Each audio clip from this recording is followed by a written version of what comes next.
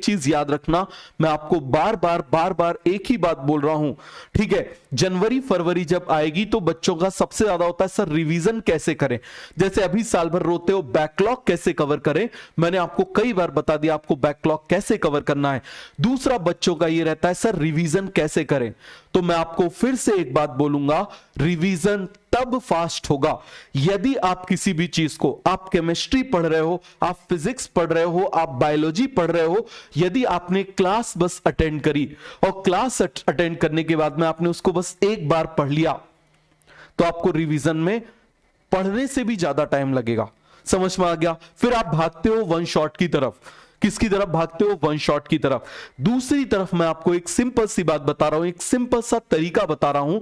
आप जब भी किसी चीज को पढ़ते हो, ठीक है, आप क्या करो, उसको 5 बार नोट्स को कर लिया करो, जल्दी जल्दी स्पीड में, खटाखट। समझ में आ गया। जल्दी जल्दी उसको नोट्स को 5 बार कर लिया करो। इससे क्या होगा, आपका सिनेप्टिक कनेक्शन स्ट्रांग होगा। क्या होगा, देखो कोई इंफॉर्मेशन एक बार आपके न्यूरॉन से पास हुई, ये सिनेप्टिक कनेक्शन ऐसा है।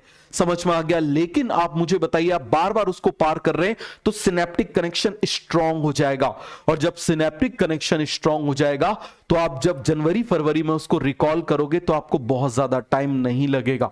समझ में आ गया। इस बात को आप मानो। क्लियर हो गया। इसीलिए मैं हमेशा मना करता हूं, कोई बुक, कोई मॉड्यूल, कोई कुछ करने की जरूरत नहीं। रीजन, ड्रॉपर के पास टाइम नहीं होता, और यदि वो पैकेज में जाएगा, वो मॉड्यूल में जाएगा, वो इधर उधर यदि जाएगा तो क्या होगा, अभी वो टेस्ट देने के लिए वो कर लेगा, ठीक है, लेकिन उस समय क्या होगा, उसके दिमाग में सबकॉन्शियसली उसके दिमाग में एक चीज चलेगी, या टेस्ट की प्रिपरेशन करने के लिए मैंने नोट्स पढ़े थे, मैंने डीपीपी करी थी, उसके बाद मैंने कंबाइंड डीपीपी करी थी, उसके बाद मैंने समरी लेक्चर भी देखा था, उसके बाद मैंने एनसीईआरटी भी करी थी, उसके बाद मैंने मॉड्यूल भी किया था, उसके बाद मैंने दूसरे इंस्टीट्यूट के जो है वो नोट्स भी पढ़े थे, ठीक है, उसके बाद मेरे नंबर आए थे, ठीक है। अब क्या होगा, वो फाइनल टाइम पर वो हार्डली नोट्स या एनसीईआरटी कर पाएगा।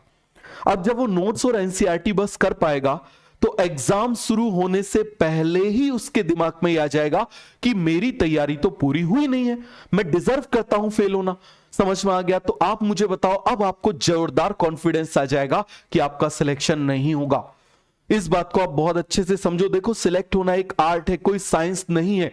बहुत ज्यादा पढ़ने से सिलेक्शन नहीं होता। More study more confusion. आप एक चीज को मल्टीपल टाइम्स कर लो, आप किसी भी टीचर से पढ़ रहे हो, समझ में आ गया। हर एक टीचर पीडब्ल्यू का ऑसम है। आप किसी भी टीचर से पढ़ लो, लेकिन जिससे पढ़ रहे हो उससे मल्टीपल टाइम्स कर डालो। समझ में आ गया। मल्टीपल टाइम्स आप कर डालो, आप देखो आपका सिलेक्शन कोई रोक नहीं सकता। समझ में आ गया। कोई नहीं रोक सकता। और याद रखना, बायो एक ऐसा सब्जेक्ट है जो आपको फिजिक्स केमिस्ट्री में एक विंडो देता है। कैसे विंडो देता है? जितना ज्यादा आप बायो जल्दी करोगे और उसको करने में थकोगे नहीं, उतना ज्यादा आप नंबर फिजिक्स में कमाओगे। यह बिल्कुल सीधा सा फंडा है।